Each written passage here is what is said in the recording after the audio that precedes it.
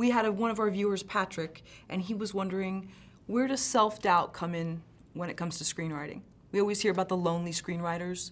Well, that's a good thing about being two, that you question each other, and if you are able to sell your idea, your concept to the other guy and pass his muster, let's say, and his seal of approval, it's like one way to know that there's at least a kernel of idea that somebody else would like, that the world out there may be interested in. If I'm able to convince David for the first time, maybe I will be able to convince more other people to be interested in that script, and vice versa. We are each other's I mean, it's critics. definitely less lonely, when you work with somebody, and I really admire the people that actually write on their own, because I don't know if I'd be able to just sit in front of my computer facing the blank page when I'd rather just be, sitting across him and, just bouncing ideas off him.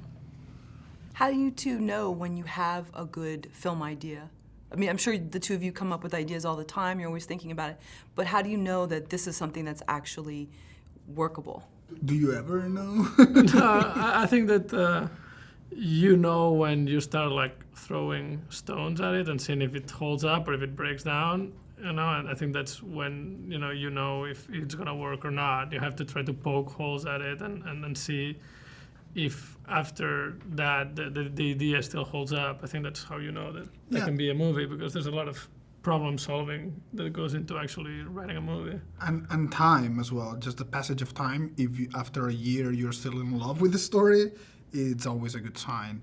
You come up with ideas that feel great for a week or two, and then week 3, week 4, you start dragging your feet, you don't really like them, and then you drop them. But if you've been working on it for a year and you still feel strongly about it, it's definitely a good sign. But in science fiction, I wouldn't wait for a year, because then somebody else is going to just come up with something similar at some point. When you're working in science fiction, it's very dangerous to wait, because you know that there's some guy out there somewhere who has some sort of a similar idea, So. But I think it happens with all genres. I mean, the writer of Nightcrawler and director, what's his name? Dan Gilroy. Dan Gilroy was saying in an interview how he was freaked to death while writing the script, hoping that there was nobody out there that would beat him to it, to write a movie about LA local news and all that stuff. So it happens to everybody, I think. Do you think ideas are in the ether?